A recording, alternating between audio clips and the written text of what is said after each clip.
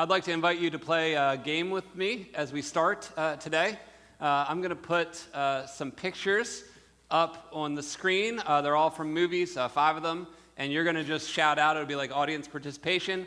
Shout out the movie, and then if you know the particular battle scene that the movie is references, you can say that as well. So here, let's go to the first one, Gideon. Anyone know the battle? No. Battle of Stirling, Braveheart. Very well done. Next one. Very, very nicely done. Nick Wilson, Lord of the Rings. He was Lord of the Rings. He was very quick. Okay, how about the next one? And Rocky against Apollo Creed. Very well done. How about the next one?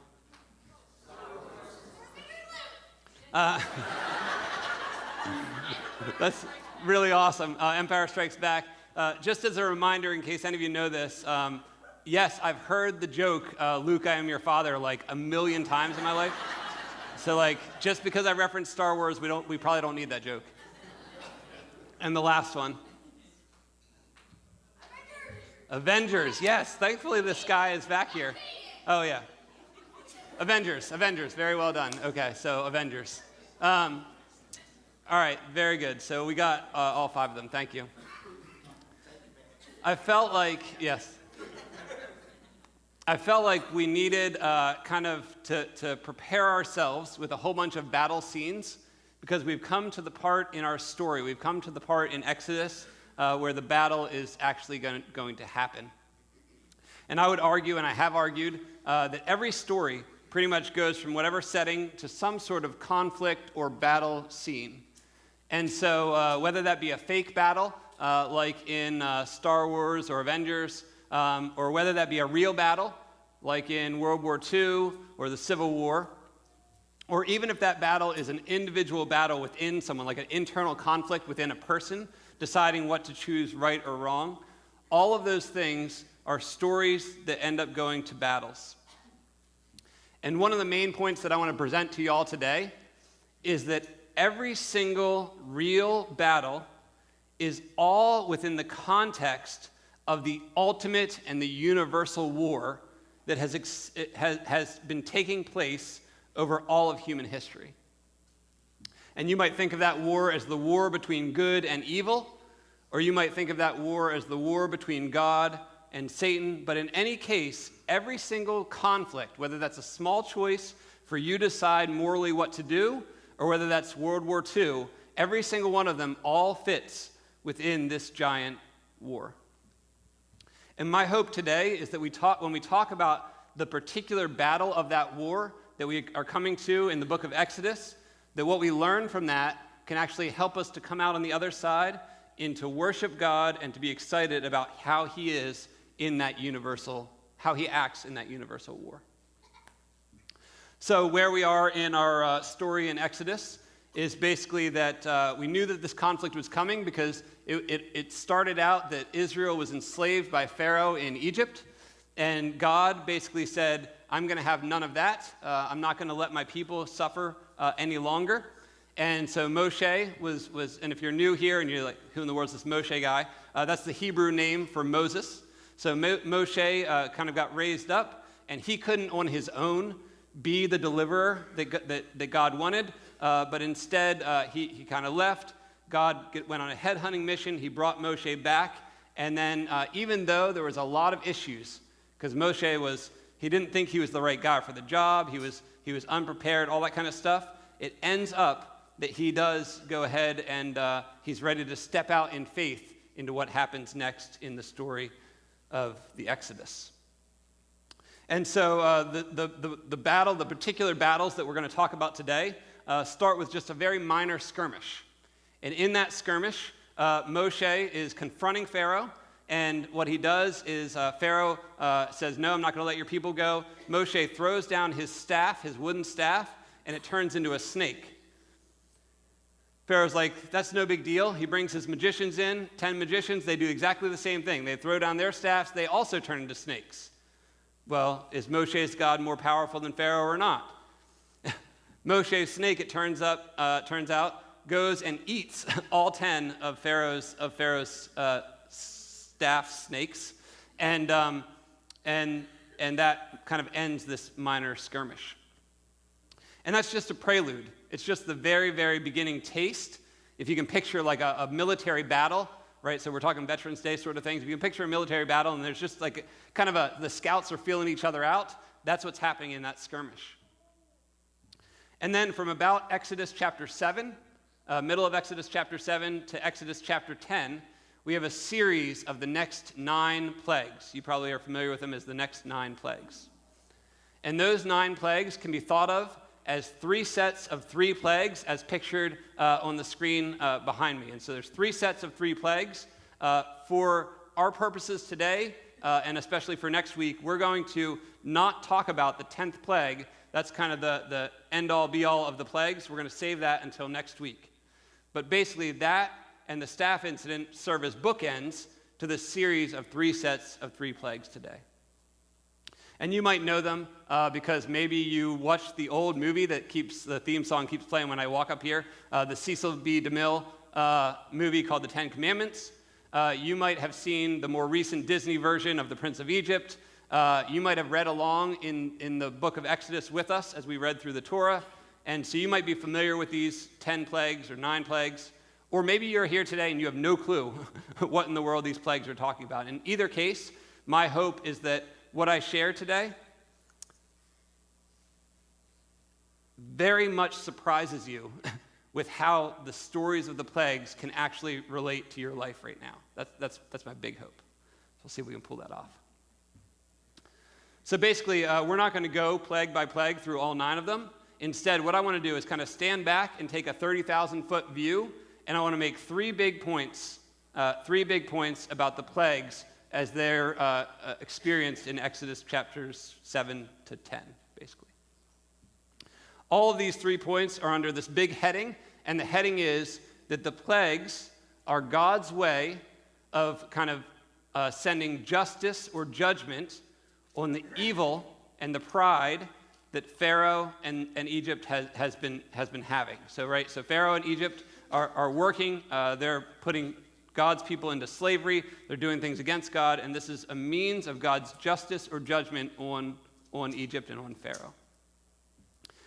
And you might think, as I might have done when I was a little kid, like, this seems kind of harsh, right? So why is God going out here and, making all this terrible thing? Like, I thought God was a God that loves us, John 3:16, all this kind of stuff.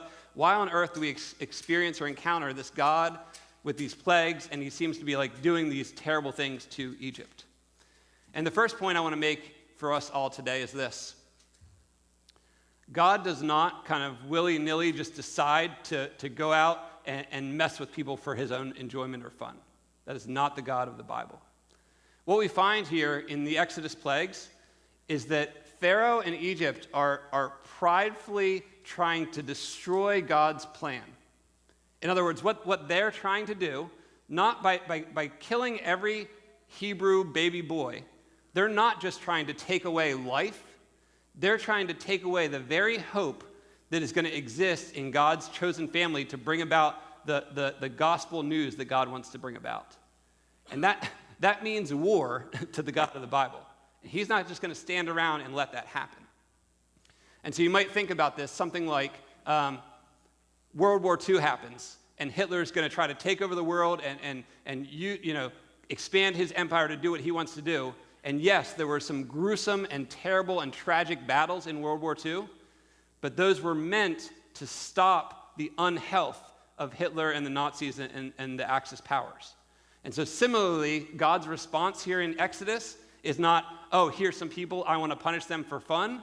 It's these people are attacking my chosen family, and I'm not going to stand idly by and let that happen. And so God does these plagues, the first one being that the Nile River, the very lifeblood of the nation of Egypt, the very lifeblood, the source of the water that's going to help irrigate all the crops and all that kind of stuff, it gets turned into blood. That's an act against the Egyptians for their act against throwing the Hebrew babies into the Nile River, that kind of a thing. So each plague is a judgment against evil. Now, I want to talk a little further about what that looks like.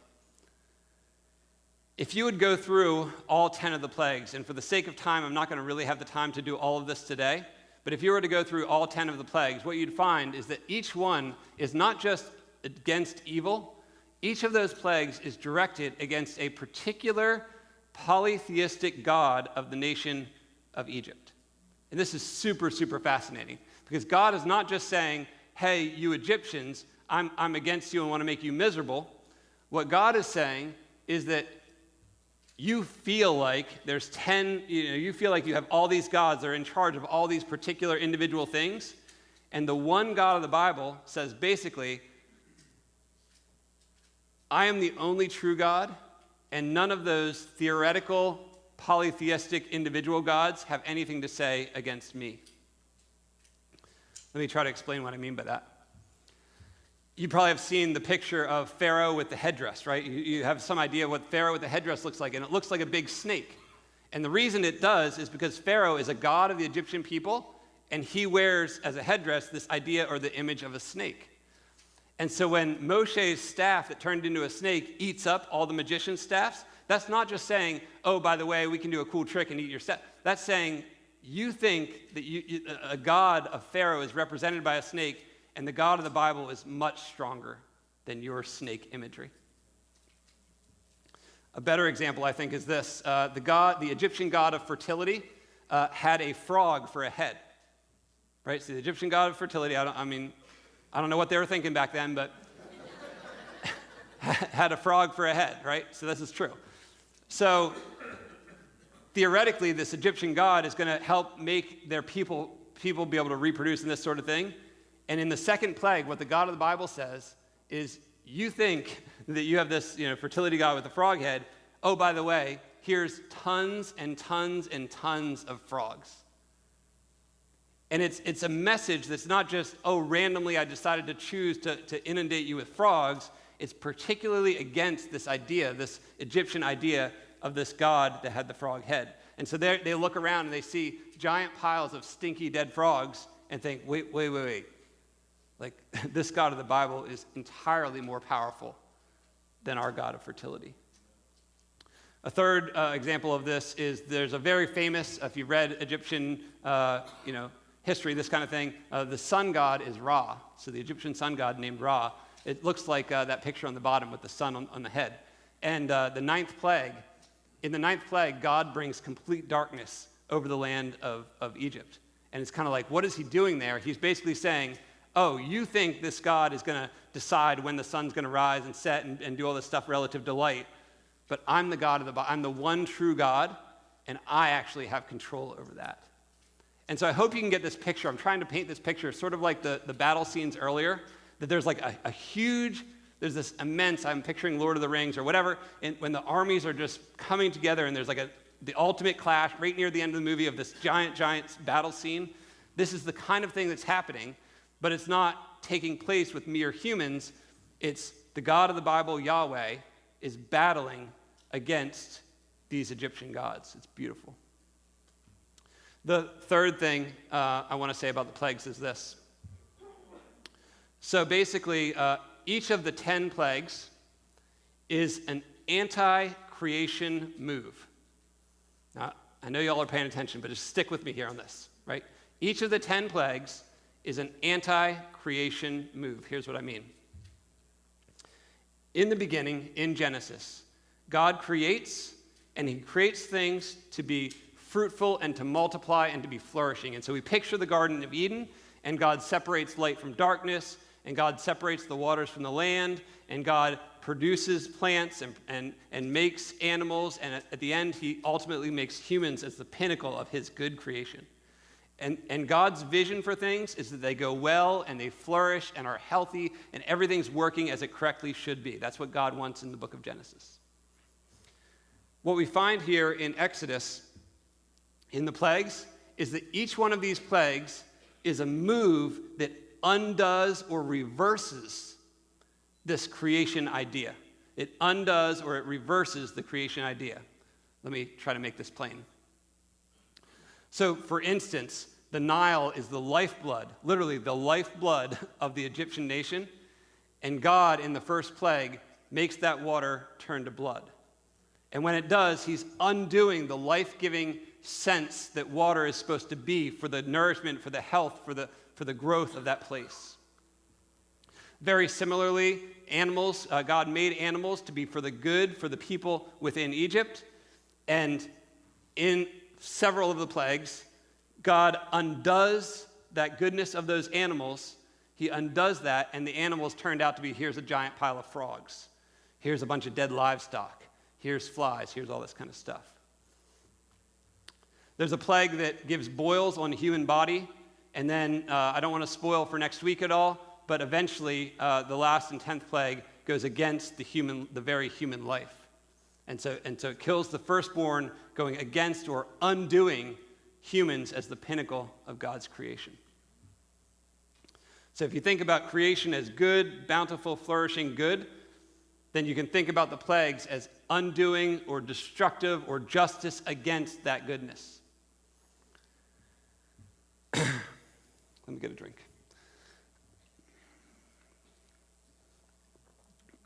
Here's what's really fascinating, I think, about the plagues. Even in the midst of the justice-oriented plagues, God is still gracious. Here's why. The plagues are limited in scope and limited in time.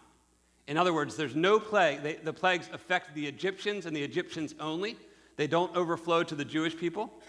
And the plagues don't last forever, right? So they happen, they start, they impact people, yes, absolutely, right? It's annoying to have a giant pile of frogs, but the frogs don't come infinitely, right? The flies aren't there infinitely.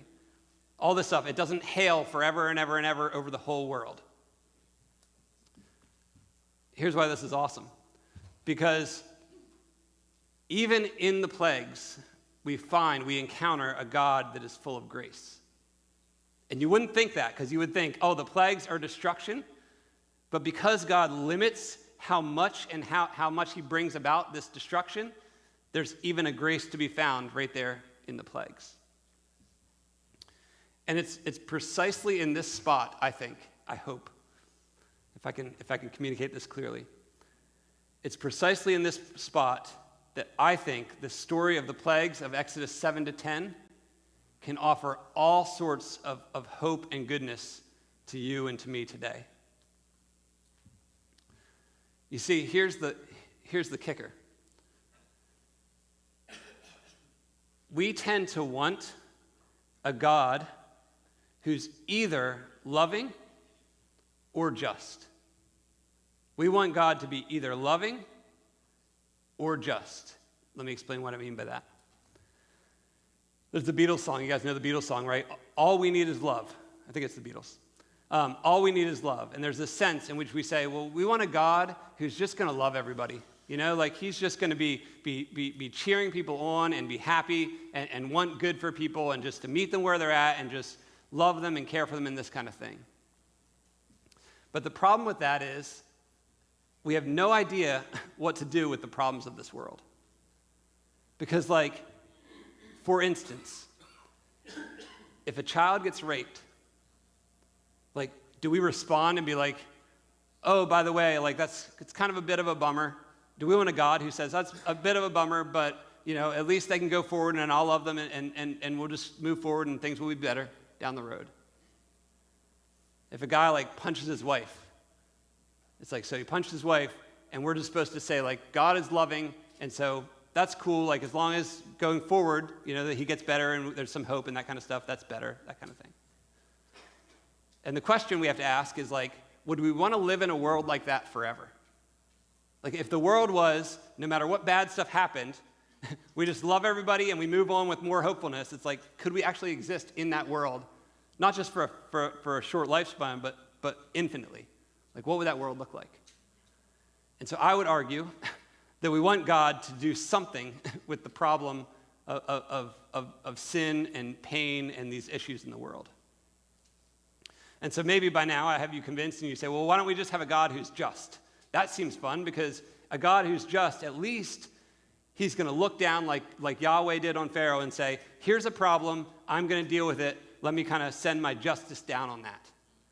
We want a God who's just, right? He's going to go around the world, he's going to see the problems, and everybody's going to just get what they deserve. And I know in Central PA we have a giant feeling of like, I just want people to get what they deserve, right? And so if somebody's a mess, if they're going to be, using the system or whatever, then they should be punished for that. But if somebody does good, then shouldn't that work out well for them in their life? So we want a God who's just. But the problem with a just God is this. We are the Egyptians. And in the book of Exodus, God was actually gracious. God was actually gracious in not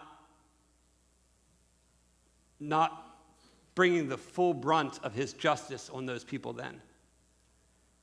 And so now if we don't know where to turn because we want a God who's loving and we want a God who's just, but if he's just, then his justice is going to be against us. And that stinks. Because ultimately, we have issues. Like we go against God. We sin. We are like Pharaoh. Here's what I think is awesome about the story of the plagues in Exodus. So the plagues in Exodus, at least the imagery or the idea of the plagues in Exodus, actually shows up 3 places in the Bible. 3 places in the Bible. The first place it shows up, and we just talked for a while about the plagues in Exodus chapter 7 to 10. And that in Exodus chapter 7 to 10, God pours out his justice on Egypt, but he does it graciously. He doesn't pour out his ultimate justice. The second place that the plagues show up is in the book of Revelation. Now, I'm not in general a big fire and brimstone kind of teacher, but it's right there in the Bible, and we have to make this clear. If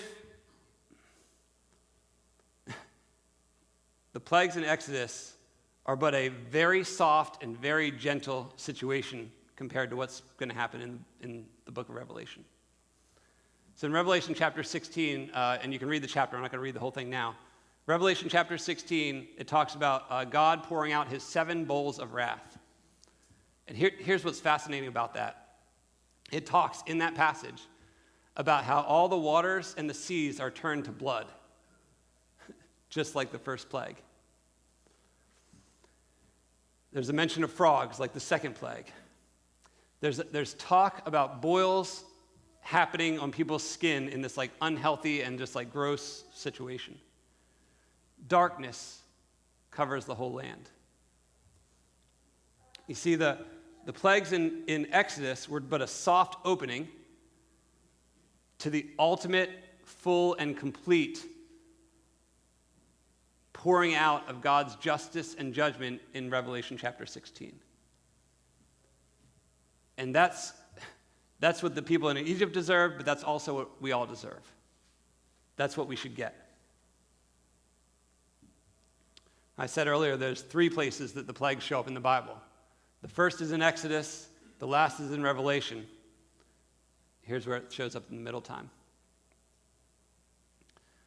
So, about 2,000 years ago, a man named Jesus is born. We're going to celebrate that at Christmas here soon. And the idea of Jesus is that the God that was battling in this giant battle with Pharaoh in Exodus comes into the story. And he comes into the story in the person of Jesus. And what's awesome about Jesus, he went to Egypt and he came out of Egypt. And he came out of Egypt, but he wasn't like all the Israelite people because he's actually the only one who doesn't deserve any of that judgment. Right? So he's better than the Egyptians because he doesn't deserve the judgment from Exodus, but he's better than all of us because he's the only one who doesn't deserve the Revelation chapter 16 judgment either. He's the only one whose God's wrath should not be poured out on. Right? It should be poured out on every one of you and me. It should not be poured out on the God-man Jesus. And yet, on the night that he's preparing to go to the cross, it talks about being in the Garden of Gethsemane, and Jesus sweats drops of blood. I don't know if you thought about that, but it's like literally his water is turning to blood.